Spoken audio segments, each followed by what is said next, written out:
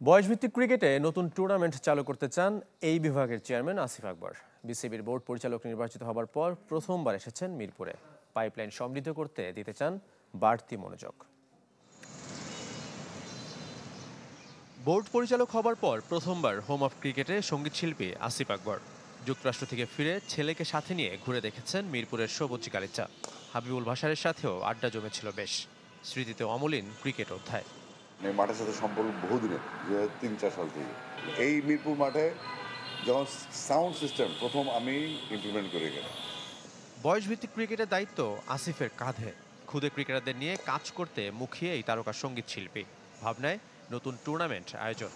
District লিগগুলো সেখানে qualifying নেই, কোনো রেলিগেশন নেই, আবার উত্থানও নেই। তারপরে আসে স্কুল ক্রিকেট কিংবা কলেজ ক্রিকেট, যদি অনিয়মিত স্কুল হয় মাঝে মধ্যে, সেক্ষেত্রে আমরা একাডেমিগুলো যেগুলো প্রাইভেটলি ক্লিনিকগুলো চালায়, তাদের মধ্যে একটা একাডেমি কাপ করার চিন্তা করছে, যেখানে কোনো বাধা থাকবে না। পাইপলাইনে মনোযোগ দিতে চান প্রথমবারের মতো বিসিবি পরিচালকের চেয়ারে বসা সাবেক এই ক্রিকেটার। প্রকৃত ট্যালেন্ট খুঁজে আনায় থাকবে বাড়তি নজর। ওই স্কোর কার্ড তো একটা ডকুমেন্টেশন, আর ট্যালেন্ট হচ্ছে আপনার ডকুমেন্টের বাইরে। আমরা ডেফিনেটলি ট্যালেন্টের দিকে মনোযোগ দেবো। একটা পজিশনে 4-5টা প্লেয়ার না থাকলে তো আসলে জিনিসটা হবে না।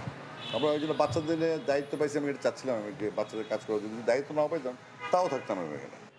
মাঠ বিমুখ সংগঠকদের আবারও ক্রিকেটের সাথে সম্পৃক্ত করার ইচ্ছা আসিফের। সংগঠক তো নেই, যারা ফাইন্যান্স করবে, এনকারেজ করবে, সময় দিবে। নতুন দায়িত্বে হোম অফ ক্রিকেটে নিজের প্রথম দিনে সঙ্গীত শিল্পী হিসেবে ভক্তদের আবদারও মিটিয়েছেন তিনি। শাফাত মিদুল, চ্যানেল 24।